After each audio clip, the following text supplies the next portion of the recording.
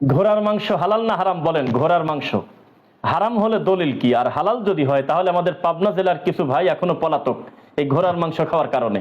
মূলধারার মিডিয়া পর্যন্ত তাদের সাথে আর কি ঠাট্টা করতেছে, তারা নাকি বাঁচার জন্য ধর্মের অপব্যাখ্যা করতেছে। সহিহ বুখারী 5519 আসমা রাদিয়াল্লাহু আনহা তিনি বলতেছেন, মুহাম্মদ সাল্লাল্লাহু আলাইহি ওয়াসাল্লামের সময় আমরা ঘোড়ার মাংস খেয়েছি। সহিহ বুখারী 5520 মুহাম্মদ সাল্লাল্লাহু আলাইহি ওয়াসাল্লাম খয়বারের যুদ্ধে তিনি সরাসরি বলেছে গাধার মাংস তোমরা খেও না, আর ঘোড়ার মাংস খেতে তিনি অনুমতি দিলেন। কেউ যদি না খায় তবু এটা হারাম হয়ে যাবেন, এটা হালাল।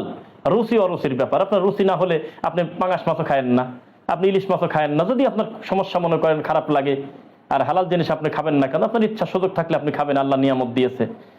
আর যারা নিষেধ করেছে তারা হারাম বলে নাই, সর্বোচ্চ মাকরু বলার চেষ্টা করছে, তাও আন্দাজে বলেছে। কিভাবে? যে ওই হয়ে যাবে, বিলুপ্ত হয়ে যাবে, যুদ্ধের জন্য যাতে কমতি না হয়, এগুলো যুক্তির সাথে